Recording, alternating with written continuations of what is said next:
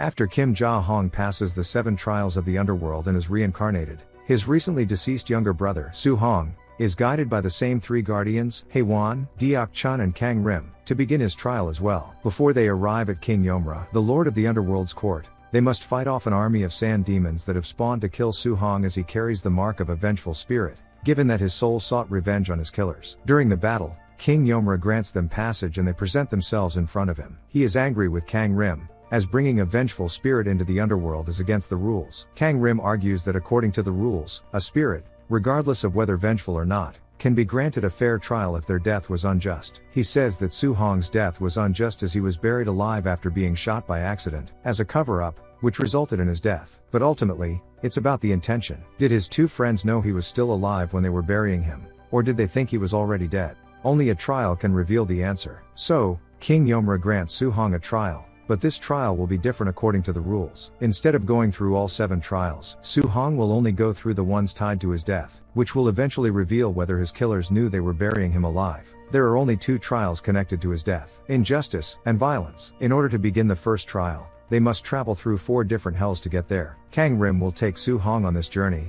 but that doesn't mean these 2 are let off the hook just yet. King Yomra has a task for them. On the outskirts of a shanty town in South Korea lives a poor old man named Hyo Chun Sam with his grandson, Hyundong.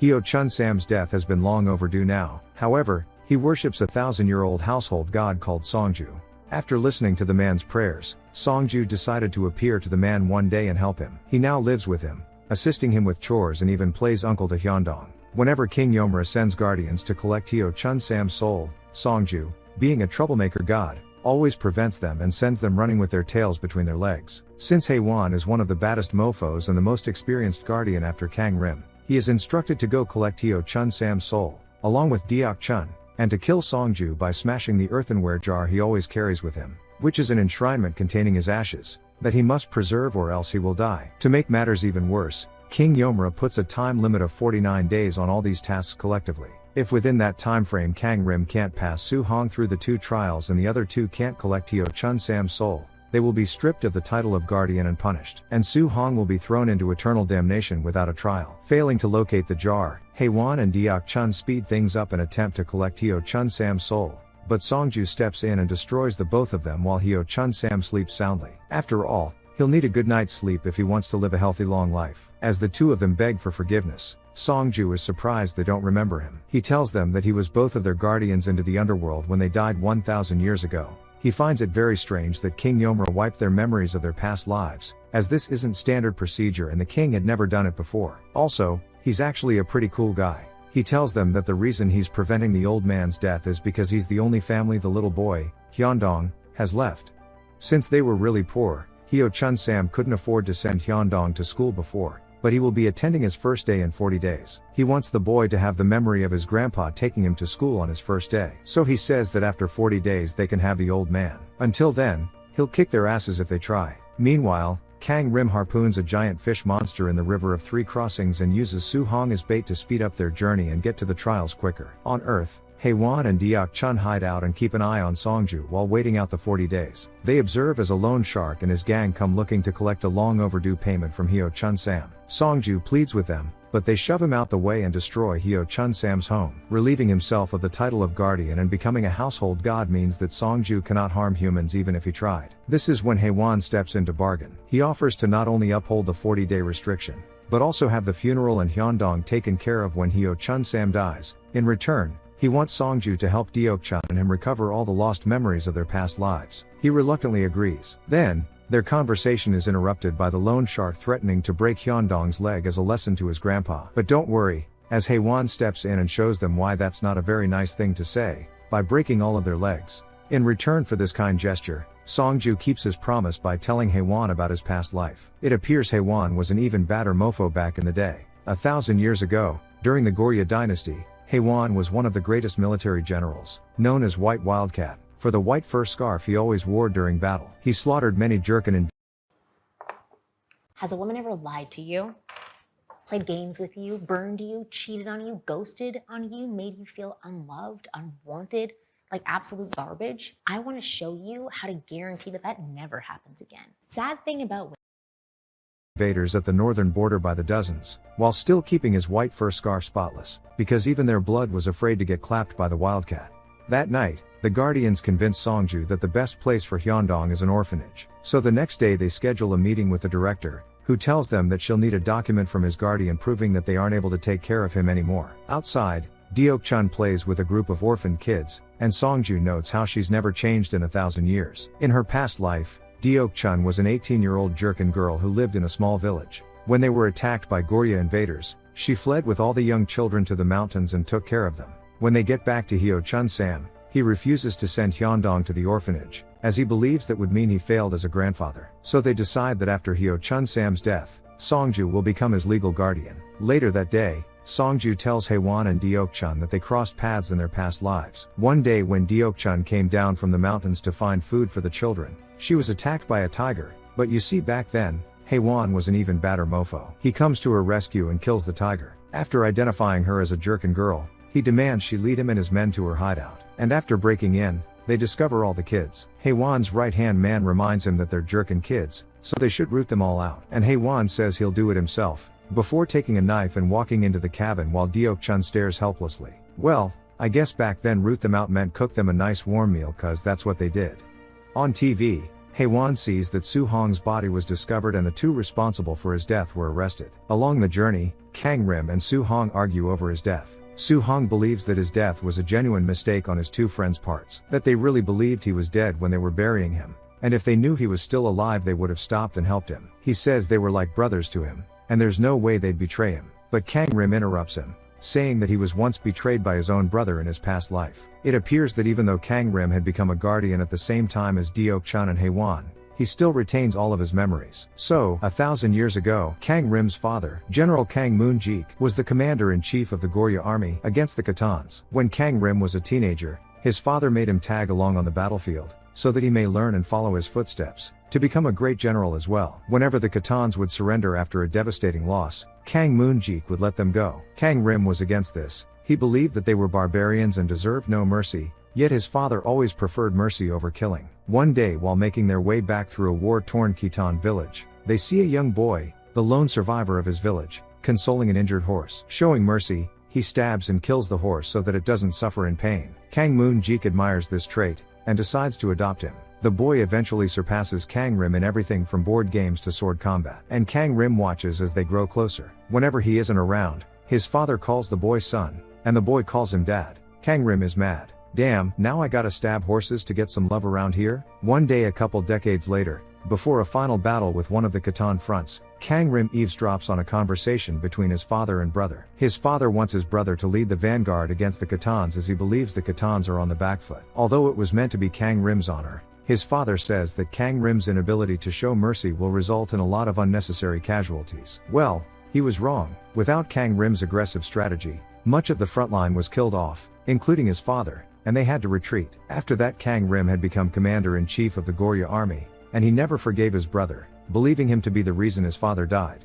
That night, Deok-chun and Haewon ask Songju more about their lives, and he tells them that they had become close friends. But one day, Haewon asks about her parents, and she tells him that they were simple farmers who were killed when the Goryeo attacked their village. She says they were killed by the general known as White Wildcat, who wore a white fur scarf that covered the lower part of his face. Oops, my bad, says Haewon, silently within his head. Kang Rim and Soo-hong arrive at the first trial, the Hell of Injustice, where souls are punished in ice for hundreds of years. They present themselves before King Ergo. The prosecutors say that after becoming a vengeful spirit, Soo-hong had wreaked havoc on the living world and the underworld, and for that reason he is a grave sinner and should be confined in ice for 500 years. When Kang Rim states that his killers knew they were burying him alive, King Ergo asks to see proof. But all of Soo-hong's records were thrown out as protocol when he turned into a vengeful spirit. So, Kang Rim summons a witness from the living world, Dong Yun, the man who shot Soo-hong. While in hospital after attempting to end his life out of guilt for what he did, they summon him during his sleep. Believing this to be a dream, he initially answers all of their questions, but when Kang Rim presses him about whether or not he saw that Soo-hong was still alive when he buried him, Dong Yun becomes extremely distressed and suffers a heart attack and dies. Now, the charge of murder has also been added to Soo-hong's records, and as such he now must face a trial in the Hell of Murder. King Ergo allows them to pass to the next trial, as it's still unknown whether Soo-hong was killed knowingly, but the next trial may reveal the answer. The next day, When Songju and the two guardians are getting ready to go to court so that he can become Hyundong's legal guardian, Deok-chan and Haewon begin arguing. She is sickened by him for killing her innocent parents, and she says she never forgave him, nor will she ever. Oh, but she did, says Songju. After finding out what he did to her parents, Haewon wanted to tell her and ask for forgiveness, but he never had the courage to do so. So instead, knowing he wouldn't be able to care for her and the children as he belonged on the battlefield, he taught them everything he knew about survival. Whenever he would report to his superior, General Mi Lian, he would lie about the food supply him and his men needed so that he could give more to Deok-chan and the kids. After Songju successfully becomes Hyundong's legal guardian, they make their way back home, only to find that the loan sharks from earlier had returned when they were out, destroyed the entire place and attacked Hyo-chun Sam. Immediately, Songju falls to the ground. Earlier, while vandalizing the home, the loan sharks had broken Songju's jar, and now he's dying. As he grows weaker, he continues to tell their story. One day, Mi Lian grew suspicious, so he tortured one of Haewon's men until he told him the truth. He tied Haewon and his friend to a tree and left them for the wolves while setting out to find the kids' hideout and kill them. But you see, back then, Haewon was an even badder mofo. After killing the wolves, he drags his friend's body by himself all the way up to the mountains and warns Deok-chun before Mi Lian and his men can get to them. As Mi Lian approaches, Haewon tells Deok-chun to leave with the kids while he buys them time. Before she walks away, he takes out the white fur scarf and ties it around her to keep her warm. He then tells her he is sorry. She begins to cry, but in her pain, she still hugs and forgives him. As she leaves, Haewon turns to Mi Lian and his men and draws his sword for the final time. At the next trial, in the Hell of Violence, Kang Rim asks King Jingwang to defer the trial, so do you want to buy digital games for your PlayStation or Xbox? In African countries, you can't make payments directly on your console, but you can purchase gift cards so that all charges may be handled in the final trial. Also, he wants King Yomura to be present so that all charges may be handled in the final trial. Also, he wants King Yomura to be present at the final trial. As per T's and C's, Kang Rim puts his guardianship and his own reincarnation on the line to make this happen, both of which he will have to forfeit if he loses the trial. It is granted and he and Su Hong make their way to the Hell of Murder. But Su Hong is smart, questioning the lengths Kang Rim is willing to go to. He figures out that Kang Rim isn't just doing all this for him, but also for himself. So he asks Kang Rim what memories from his past life are so bad that he wants to wipe them out for good and be reincarnated. As Songju nears his last breath, he tells the two guardians that nobody is inherently good or bad. It is bad circumstances that create bad intentions and then bad people and vice versa. He then says that they should always take a moment and read things backwards, then they will all make sense. Songju then disintegrates. Haewon,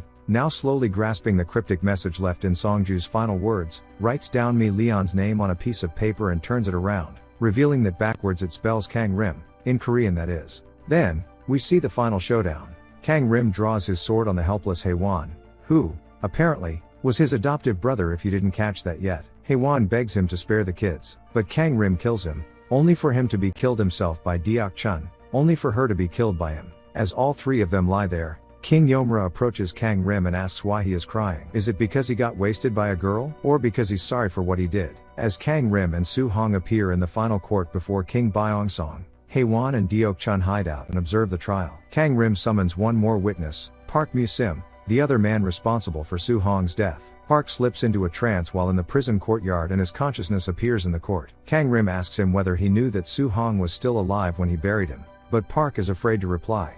Kang Rim then asks King Yomura why his father, Kang Moon-jik's death was recorded as a murder and not an honorable death on the battlefield. And he replies that it's because he was murdered by Kang Rim himself. After Kang Rim confirms this, King Yomura then asks him why he did it. So, as it turns out, Kang Rim sort of technically may have kind of murdered his father. That day, after the battle, Kang Rim and his men went to the front lines to find survivors. Kang Rim spotted his father, buried under the rest of his men, but he was still alive. Kang Rim then chose to abandon his father and instructed his men to retreat. He was afraid that his father would make Haewon commander-in-chief if he survived, but later that night he was overcome with guilt so he went back to the battlefield, but it was too late. This is what motivated him to help Su Hong, as his death reminded him of his father's. And he regretted what he did every single day for the past 1,000 years. He regretted not being able to apologize to his father. That day when he died, King Yomra offered him a deal as redemption but also to make it up to the innocent people he had just murdered. He would make Kang Rim and the two of them guardians, but he would wipe their memories while leaving Kang Rim's memories intact as a punishment. If Kang Rim could successfully pass 49 souls through the 7 trials during the next 1000 years, King Yomra will reincarnate Haewon and Deokchan. He will also reincarnate Kang Rim and wipe all of his memories. Kang Rim takes the deal,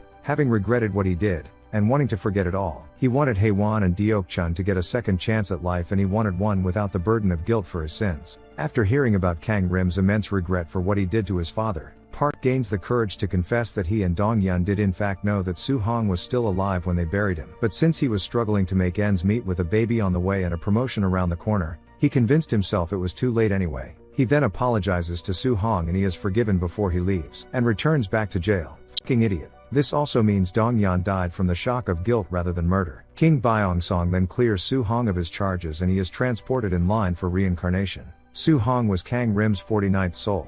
Then, they go to collect Hyo Chun Sam's soul, but they decide to defer his ascension until Hyundong Graduate School. Until then, they will remain guardians instead of reincarnating. Then, Kang Rim takes the other 2 guardians to guide the next soul, who happens to be Dong-yeon. Before they begin the trials, he attempts to come clean to Deokchan and Haewon about what he did to them, believing they don't know, but they have already forgiven him, and tell him that it's a 1000-year-old story anyway.